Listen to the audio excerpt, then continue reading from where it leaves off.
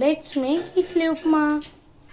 Oil, கடாயில் எண்ணெய் ஊற்றிக்கிட்டு கடுகு, உளுந்து, கடலைப்பருப்பு போட்டுக்கலாம். நெக்ஸ்ட் வெங்காயம்,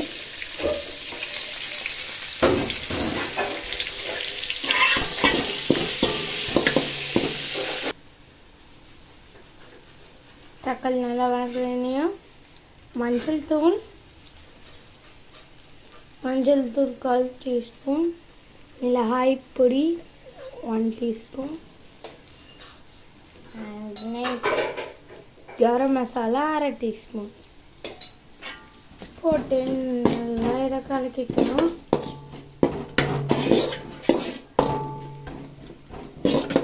இப்போ இட்லியை கொட்டி இதில் கலரலாம். இட்லி உப்புமா ரெடி.